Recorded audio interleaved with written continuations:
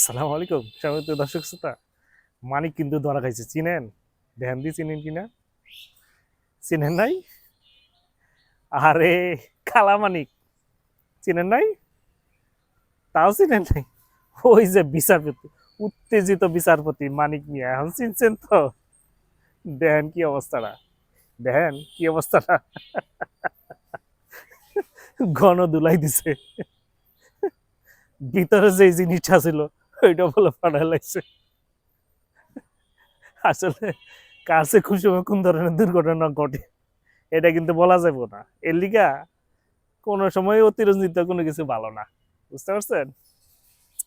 এখন প্রতিটা সময় বুঝতেছে যে আসলে কি করছিলাম, কোন পাপের দায়ে আজকে আমার এই গোপন অঙ্গের এই করুণ অবস্থা।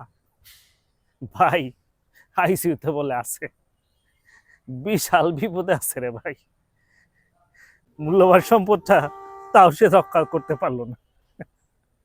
এর চেয়ে দুর্ভাগ্য আর কি হইতে পারে কোন?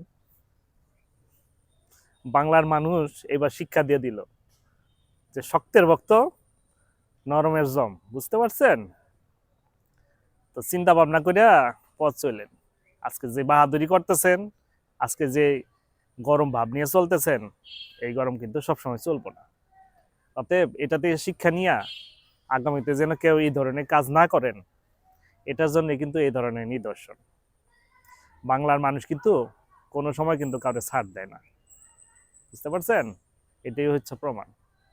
সকলে ভালো থাকেন আর নিজের প্রতি খেয়াল রাখেন, নিজের চরিত্রটা যেন ভালো থাকে, আর মানুষের কাছে যেন বিশ্বস্ততা যে জিনিসটা সেটা যেন বজায় থাকে। সকলে ভালো থাকেন। আল্লাহ হাফেজ।